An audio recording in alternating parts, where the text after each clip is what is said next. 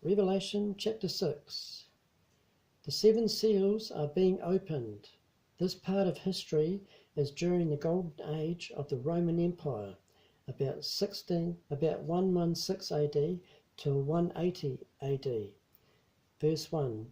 And I saw when the Lamb opened one of the seals, and I heard as it were the noise of thunder, one of the four beasts saying, Come and see. Verse 2. And I saw, and behold, a white horse, and he that sat on him had a bow and a crown, and was given unto him, and he went forth conquering and to conquer. Now the white horse represents the Roman Empire at the height of the conquest under Emperor Trajan. Now a crown was given unto him means whenever an emperor was victorious in battle, he was given a crown after battle. Now the bow means authority. And verse 3, and when he had opened the second seal, I heard the second beast say, Come and see. The second seal was during the period from 180 AD to 284 AD. Verse 4, and there went out another horse that was red, and power was given unto him that sat thereon to take peace from the earth, and that they should kill one another, and there was given unto him a great sword. Now a great sword means there was great political upheavals and civil wars within the empire, with many assassinations of emperors. The empire went through 29 emperors in the space of 67 years, hence a great sword. Verse 5, and when he had opened the third seal, I heard the third beast say, Come and see. And I beheld, and lo, a black horse, and he that sat on him had a pair of balances in his hand. Now the third seal was the time between 200 AD and 250 AD.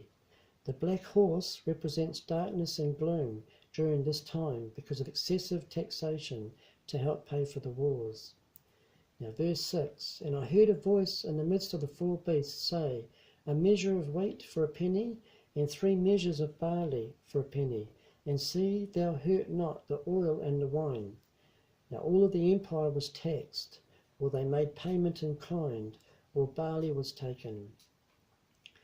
Verse 7, and when he had opened the fourth seal, I heard the voice of the fourth beast say, Come and see. Now the fourth seal was the period of time between 250 AD and 300 AD. Verse 8, and I looked, and behold, a pale horse, and his name that sat on him was Death, and hell followed. The pale horse represents plague and famine due to the wars. And carrying on for verse 8, with him, and power was given unto them over the fourth part of the earth, to kill with sword, and with hunger, and with death, and with the beasts of the earth. Now the fourth part of the earth means 5,000 people a day were dying at this period. About a quarter of the Roman Empire died of famine and plagues. Verse 9, and when he had opened the fifth seal, I saw under the altar of the souls of them that were slain for the word of God, and for the testimony which they held. Now the fifth seal was from 303 AD till 313 AD. This was the martyrdom of the Christians under the emperor Diocletian. Verse 10, and they cried with a loud voice, saying, How long, O Lord, holy and true, dost thou not judge and avenge our blood on them that dwell on the earth? And white robes were given unto every one of them, and it was said unto them that they should rest yet a little while until their fellow servants also and their brethren that should be killed as they were should be fulfilled. And verse 12, and I beheld when I had opened the sixth seal, and lo, there was a great earthquake, and the sun became black as sackcloth of hair, and the moon became as blood. Now the sixth seal was between 313 and 395 AD. Now earthquakes represent political upheavals. The sun and the moon always refer to ruling powers. Constantine became emperor of Rome and created Christianity as the state religion, overtaking the pagan Roman Empire. Verse 13, and the stars of heaven fell unto the earth, even as a fig tree casts her untimely figs when she is shaken of a mighty wind. And the heaven departed as a scroll when it is rolled together, and every mountain and island were moved out of their place.